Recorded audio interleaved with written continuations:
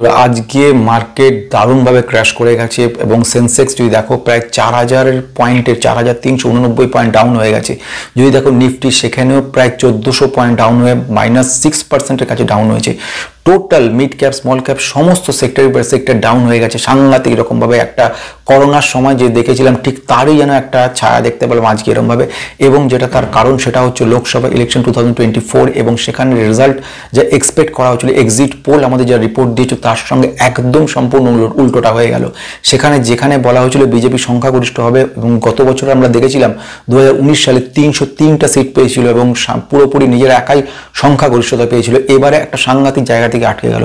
এখানে আমরা এমন সিচুয়েশনে চলে এসেছিল যখন কিনা এনডিএ 250 এবং ইন্ডিয়া ছিল 240। ইন্ডিয়া মানে হচ্ছে অ্যালায়েন্সটা 240, অর্থাৎ তখন মার্কেট সব থেকে ডাউন মানে 8% মতো। আমরা মনে করেছিলাম বোধহয় নিফটি পুরো টোটালি ক্র্যাশ করে যাবে, কিন্তু তার পরবর্তীকালে যখন আস্তে আস্তে এনডিএর যখন সিটগুলো বাড়তে থাকলো আস্তে আস্তে, যখন দেখলাম আরও কিছু সিট যোগ হয়ে গেল, ফলে ওটা প্রায় 293 যে পৌঁছালো, তখন আমরা দেখলাম কিন্তু কিছুটা স্বস্তির জায়গা, কিন্তু একটা অস্থিরতা রয়ে গেছে। ফলে দুই পক্ষই চেষ্টা করছে, অ্যালিয়েন্সও চেষ্টা করছে, এনডিও চেষ্টা করছে আরও তাদের কিছু সিট বাড়ানোর জন্য। ফলে এরা কিন্তু চন্দ্রবাবু নাইডু কিংবা আমরা নীতিশ কুমার এদের সঙ্গে যোগাযোগ রাখছে, আরও বেটার চেষ্টা চিন্তা আমরা চলছে। 30 থেকে 35টা সিট দরকার এক্সট্রা এই মুহূর্তে বিজেপিকে সংখ্যাগরিষ্ঠভাবে এগোনোর জন্য। আর উল্টো দিকে অ্যালিয়েন্স তারা রীতিমতো চেষ্টা করে চলেছে শরদ পাওয়ার নেতৃত্বে যে পজিটিভ একটা জায়গা আসার জন্য। আমি কালকে ভিডিওতে ডিটেলস তোমাদেরকে বলেছি ট্র্যাপের ব্যাপার, এক্সিট পোল ভুল হতে পারে সেটা বলেছি, ট্র্যাপ যাতে না পড়ে সেই জন্য পেনি স্টক থেকে দূরে থাকতে বলেছি, ফান্ডামেন্টাল স্ট্রং স্টকের দিকে বলতে বলেছি। পোর্টফোলিও যখন ডিজাইন করে তখন এফএমসি সেক্টর এবং সঙ্গে ব্যাংকিং সেক্টর এবং সঙ্গে এই ধরনের সেক্টরগুলো তোমাদেরকে ইনভেস্ট করতে বলেছিলাম। না করেছিলাম ইনফ্রা, না করেছিলাম পিএসইউ ব্যাংক, না করেছিলাম পিএসইউ, না করেছিলাম ইনফ্রাস্ট্রাকচারের দিকে বা রিনিউয়েবল এনার্জির ক্ষেত্রে এগুলোতে ইনভেস্ট করতে না করেছিলাম, এবং দেখা গেল তার ফল পাওয়া গেল এইটা। তো আশা যাক ইন্টারেস্টিং ভিডিওর শুরু থেকে তোমরা যারা নতুন রয়েছে সাবস্ক্রাইব করে বেল আইকনটা প্রেস করবে, পুরোনো অজস্র লাইক কমেন্ট, অসংখ্য ধন্যবাদ। 4 জুন 2024 আজ মার্কেট আমাদেরকে বিশালভাবে ক্র্যাশ হলো এবং সেই ক্র্যাশ হওয়ার কি কারণটা হলো লোকসভা ইলেকশন 2024 এবং মার্কেট আমাদের এর রেজাল্টটা দিল সাংঘাতিক রকমভাবে। অনেকের কাছে আনএক্সপেক্টেড ছিল, অনেকে এই ধরনের ভিডিও বানিয়েছিল যে সেখানে বলা হয়েছিল যে মার্কেট রকেট হতে চলেছে, আগামী দিনে বিরাট জায়গায় আসতে চলেছে, এবং অনেকে এই নিয়ে বক্তব্য রেখেছিল যে আগামী দিনের মার্কেটটা দারুণ হবে। কিন্তু সেক্ষেত্রে আমি কিন্তু এই ঘটনাটা গতকালও একটা ভিডিওতে বলেছি, তার আগের দিন একটা পোর্টফোলিও যখন ডিজাইন করে দিয়েছিলাম তখনও বলেছিলাম যে ক্ষেত্রে যদি এই ক্ষেত্রে এবং এনডিএ যদি না আসে সেক্ষেত্রে কিন্তু এই ধরনের সেক্টরগুলো যেমন renewable sector, defence sector, PSU stocks, যে পিএসইউ ব্যাংকগুলো, এগুলোতে বিশালভাবে কিন্তু একটা ধাক্কা লাগবে। ফলে সেগুলো infrastructure, renewable, defence, PSU stocks, PSU banks, এগুলো কিন্তু সাংঘাতিকভাবে নেগেটিভ একটা জায়গা তৈরি করবে। গতকাল যে ভিডিওটা বানালাম সেখানে পুরো পরিষ্কারভাবে বলে দিলাম যে এই যে মার্কেটে একটা র্যালি হয়েছিল তার আগের দিন, সে কারণ ছিল এক্সিট পোল। তো সেখানে বলে দিলাম এক্সিট পোল কিন্তু বহু সময়তে আমাদেরকে কিন্তু ফলস ধরনের একটা খবর দেয়, ফলস ধরনের একটা রিউমার তৈরি করে। এর আগেও 3বার কিন্তু এই ঘটনা ঘটেছে। 2004 সালে দেখেছি, গতবার ওয়েস্ট বেঙ্গল আমাদের স্টেটের ক্ষেত্রে দেখেছি এক্সিট পোল ভুল ছিল, এবং সেই ঘটনাটা আজকেও তার সাক্ষী হলাম আমরা, এক্সিট পোলে ফেল্ড দেখানো হলো। এই ধরনের এক্সিট পোলগুলো অনেক সময় পার্টিকুলারলি একটু বায়াসড হয়ে যায় এবং সেইভাবে তৈরি করে। তো আজকের এই বিশাল বড় ক্র্যাশটা হলো তার রেজাল্ট হচ্ছে লোকসভা ইলেকশন 2024। আমি যদি দেখি এই মুহূর্তে ক্র্যাশের রেজাল্টগুলো, বিএসসি সেন্সেক্স যেটা, সেই সেন্সেক্স প্রায় 5.74% ডাউন হলো, অর্থাৎ 72,079 এসে দাঁড়ালো, মানে 4000 পয়েন্টের বেশি, 4389 পয়েন্ট ডাউন হয়ে গেল। নিফটি 50 দেখো 1400 পয়েন্টের মতো ডাউন হলো এবং প্রায় 6% ক্র্যাশ হয়ে গেল। আমরা দেখলাম মিড ক্যাপ স্মল ক্যাপ প্রত্যেক ক্ষেত্রে ডাউন। আসলে বেসিক্যালি আজকে যখন শুরু হলো প্রথম থেকেই একটা অনিশ্চয়তা শুরু হলো, এবং পরবর্তীকালে যখন দেখা গেল সেক্ষেত্রে যে এনডিএ গভর্নমেন্ট এবং বিজেপির যে পরিমাণে সিট পাওয়ার কথা থেকে অনেক কম পাওয়া শুরু হলো, তখন থেকে কিন্তু মার্কেটটা আস্তে আস্তে ডাউন হওয়া শুরু করে। প্রথমবর্তীকালে কনস্ট্যান্টলি ডাউন এবং 8% ডাউন হয়ে গেছিল। কেন সে সময় ডাউন হয়েছিল 8%, সেই ঘটনাটা বলার আগে আরেকটা ঘটনা বলার, সেটা হচ্ছে আজকের ভিডিওটা কি কি বিষয় নিয়ে। প্রথম হচ্ছে যে অনেকগুলো প্রশ্ন অনেকের রয়ে গেছে। প্রথম হচ্ছে এটা একটা অনিশ্চয়তা শুরু হলো, এই আনসার্টেনিটি কিন্তু মার্কেট ভালোভাবে নেয়নি, ফলে মার্কেট একটা বিশাল ক্র্যাশ তৈরি করলো। এখন এই মুহূর্তে আমাদের ফিউচারের কি সিচুয়েশন দাঁড়াতে পারে, মার্কেট ক্র্যাশ হওয়ার পরবর্তীকালে ইনভেস্টমেন্ট কি করা উচিত, এই মুহূর্তে পোর্টফোলিও যেগুলো রয়েছে স্টক সেগুলোকে এক্সিট করে যাওয়া উচিত না হোল্ড করব না নতুন করে কিছু বাই করা যায় কিনা, সেই চিন্তা ভাবনা করা যায় কিনা, সেসব নিয়ে কোশ্চেন থাকবে। এবং এই ধরনের কোশ্চেন রয়েছে যে যদি আমি এই মুহূর্তে ফিউচার কি রয়েছে, ভবিষ্যৎ কি রয়েছে, ইনভেস্টমেন্টগুলো যারা অনেক কষ্ট করে পয়সা জমিয়ে যেসব ইনভেস্টমেন্টগুলো করেছে সেগুলোর কি রিটার্ন আসতে চলেছে, আদৌ কি রিটার্ন হবে নাকি না, এরপর থেকে শুধু পতন আর পতন চলবে। তো এই সব প্রশ্নগুলো এবং ভবিষ্যতে কি করবে, কোন সেক্টরগুলোতে ইনভেস্ট করার সুবিধা হবে। এখন কেউ বলছে পোর্টফোলিও, তাহলে কি করা উচিত, পোর্টফোলিও এখন ডিজাইন পোর্টফোলিওগুলো অনুযায়ী স্টকগুলো কিনবো কিনা। তো এই ধরনের দোটানার মধ্যে রয়েছে। তো আজকে এই সমস্তগুলো প্রশ্নেরই উত্তর খোঁজার চেষ্টা করবো আমরা। তো ঘটনা হচ্ছে ছোট ভিডিওটার মধ্যে প্রথম আমরা যেটা বক্তব্য সেটা হচ্ছে এক্সিট পোল। এক্সিট পোল আমাদের যেটা বলেছিল এনডিএ পাবে 361 থেকে 400টার মতো, এবং ইন্ডিয়া যেটাকে বলা হচ্ছে অ্যালিয়েন্স, যেটা আদার নিয়ে তা বলেছিল এই 131 থেকে 166, মানে 150 মতো মোটামুটি পাওয়ার কথা। কিন্তু ঘটনাটা যেটা প্রকৃত ঘটনা একেবারেই তাই দাঁড়ালো না, এবং যেটা হলো সেটা দাঁড়ালো এই মুহূর্তে এই সিচুয়েশনে বিজেপির 244টা মতো সিট পেল এবং 272 দরকার ছিল, এবং এনডিএ হিসেব তুমি দেখো তাহলে 293টা রয়েছে সিট এবং পেয়েছে। এবং এখনো চলছে এই মুহূর্ত পর্যন্ত যেটুকু খবর পাওয়া গেছে সেই অনুযায়ী বলছি, কাউন্টিং চলছে, ফলে এখনো বলা যাবে না, অনেক রাতে রিপোর্টটা ফাইনালি পাবো আমরা।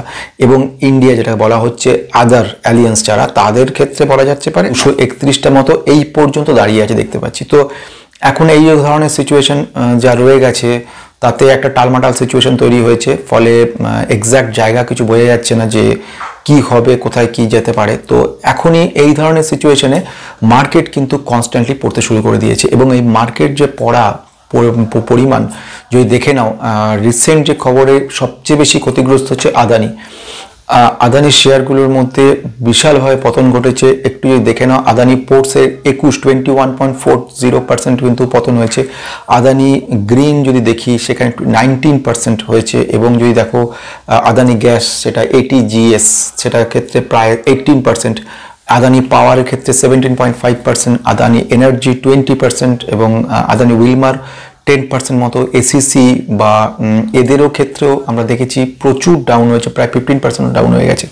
এ সম্পর্কে যে রাহুল গান্ধী যে মত যে প্রকাশ করেছিল সেখানে উনি একটা খুব গুরুত্বপূর্ণ পয়েন্ট বলেছে সেখানে বলছে মোদির সঙ্গে আদানির একটা যে রীতিমতো লিঙ্ক রয়েছে, ফলে মোদির পতনের সঙ্গে সঙ্গে আদানিরও কিন্তু প্রচুর পতন হলো, মানে এক ধরনের করাপশন লিঙ্কটা ওরা দেখিয়েছে। এবং তার পরবর্তীকালে আমরা দেখলাম পিএসইউ সমস্তগুলোর ক্ষেত্রে পিএসইউ ব্যাঙ্কগুলো কনস্ট্যান্টলি ডাউন হয়ে গেল। ব্যাঙ্ক অফ বরোদা 15% ডাউন হলো, bank of India 13%, bank of Maharashtra 12.54%, BEML 18%, Canara bank 13.67% down হলো।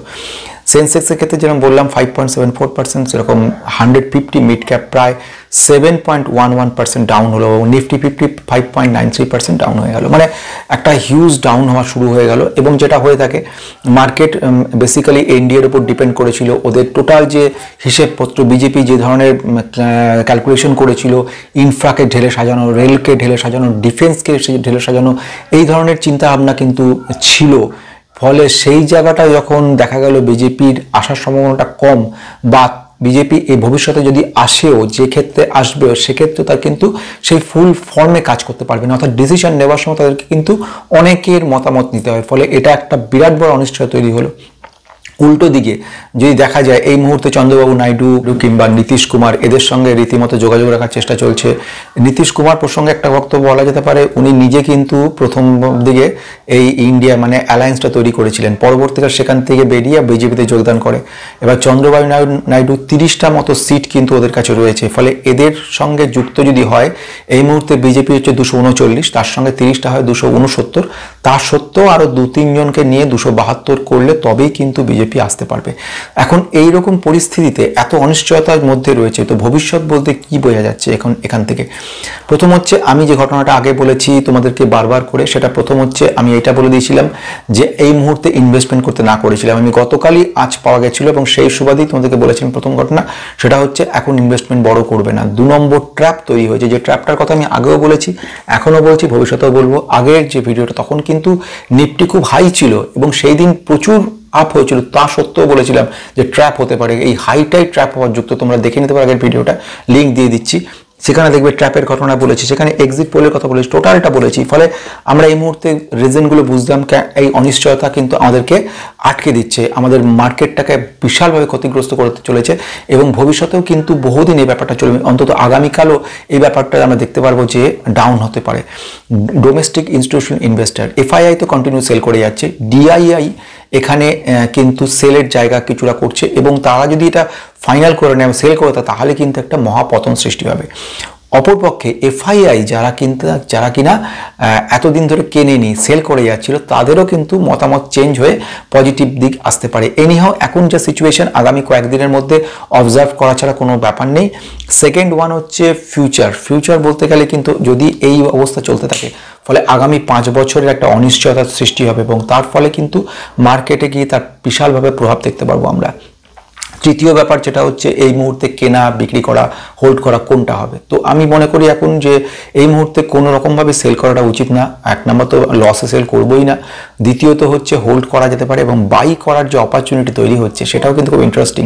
অনেকে এটাকে খুব নেগেটিভ মনে করছে, যারা নতুন তোমরা আছো তারা এটাকে খুব নেগেটিভ একটা জায়গা বলে মনে করছো, কিন্তু আমি কিন্তু সেটা মনে করছি না। আমি যেটা তোমাদেরকে বলতে চাইছি, নতুনদেরকে বা যারা রয়েছে মার্কেটের শুরুতে বা এখন প্রথমবারে একটা ক্র্যাশের অভিজ্ঞতা হচ্ছে, তাদের জন্য বলি মার্কেট এর আগে এর থেকে বহু ক্র্যাশ থেকে গেছে, তাতে কিচ্ছু অসুবিধা হয়নি, বরঞ্চ এইগুলো একটা বড় সুযোগ আমাদের তৈরি করে দিচ্ছে। ফলে আমি মনে করছি এই মুহূর্তে এন্ট্রি করা যেতেই পারে এবং আরও কিছু ভালো জায়গা, যেরকম আমরা ডিফেন্স সেক্টরে দেখলাম হিন্দুস্তান অ্যারোনটিক লিমিটেডকে, আর দুর্দান্তভাবে ডাউন হয়েছে এবং এটা একটা ভালো সুযোগ তৈরি করছে। আমরা এছাড়াও দেখেছি ডাউন হওয়ার মধ্যে মাজাগাঁও ডককে দেখেছি, আমরা দেখেছি পারাস ডিফেন্স ডাউন হয়েছে। এইগুলো সব কিন্তু একটা করে অপরচুনিটি আমার তৈরি করে দিচ্ছে। অপরপক্ষে আমি সেই দিন বারংবার যে সেক্টরটা যখন পোর্টফোলিও নিয়ে বলি, আমি বলেছিলাম সেফ সেক্টর কোনগুলো বা কোনটা, তখন আমি কিন্তু এই ঘটনাগুলো বলেছিলাম। প্রথম যে সেক্টরটা সেটা হচ্ছে এফএমসি সেক্টর, তোমরা একটুখানি ভিডিওটা দেখলেই বুঝতে পারবে, সেখানে আমি স্পষ্ট বলেছিলাম এফএমসি সেক্টর, আজকে তার প্রমাণ পাওয়া গেল। হিন্দুস্তান ইউনিলিভারকে তোমরা যদি খবর নাও দেখতে ভালো, এবং ব্রিটানিয়া সেকেন্ড ওয়ান এফএমসি সেক্টরে, সেটাও কিন্তু খুব ভালো দৌড় হচ্ছে।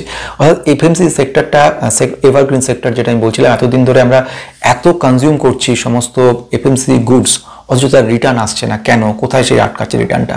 তো এখন আমরা দেখতে পারবো এফএমসি সেক্টরে আস্তে আস্তে ইম্প্রুভমেন্ট হবে, ফলে সেফ সেক্টর ছিল। ব্যাংকিং সেক্টরটা ডাউন হয়েছে অফকোর্স, কিন্তু তার মানে কিন্তু এর মানে এই নয় যে সেক্টর থেকে এক্সিট করে যাওয়ার মতো। ব্যাংকিং সেক্টরের এখনো বিরাট জায়গা পড়ে আছে, এখানে কোনো অসুবিধা হয় না। যেরকম আমি আইটি সেক্টরের কথা নিয়ে বলবো, এটাও একটা বড় অপরচুনিটি তৈরি করবে। আমরা যখন যেগুলো বলছি গভর্নমেন্ট রিলেটেড যে স্টকগুলো রয়েছে, পিএসইউ যে স্টকগুলো, যেটা থেকে আমি বারংবার পিএসইউ ব্যাংক, আমি অনেকবারই পিএসইউ ব্যাংক থেকে দূরে থাকতে বলেছিলাম। এনিহাও আজকে এই পরিস্থিতি দাঁড়িয়ে যে কনক্লুশনে আসতে চলেছি পোর্টফোলিও ব্যাপারটা নিয়ে, তোমরা যারা পোর্টফোলিও অ্যানালাইসিস করতে চাইছো বা করবে, তারা কিছুদিন ওয়েট করে নাও, 2-3 দিন পরেই কিন্তু আমাদের একটা এরকম যদি কন্টিনিউয়েশন কাল এবং পরশু থাকতে পারে, তাহলে কিন্তু একটা বড় অপরচুনিটি তৈরি হবে। সেখানে কিন্তু শুধু ডিআইআই নয়, এফআইআইও কিন্তু এন্ট্রি করার জায়গায় চলে আসবে। আর রইল এবার বাকি গভর্নমেন্টের ব্যাপারটা নিয়ে। দেখো, যেই গভর্নমেন্টই ছিল অতীতে এবং ভবিষ্যতে যেই বা আসুক না কেন, আমাদের স্টক মার্কেট কিন্তু কন্টিনিউ চলবে, যেরকম অতীতে চলে এসছে, আগামী দিনও চলবে। কিছু সাময়িক ডাউন হতে পারে, কিন্তু আলটিমেটলি কিন্তু আমরা পজিটিভ জায়গায় যাব।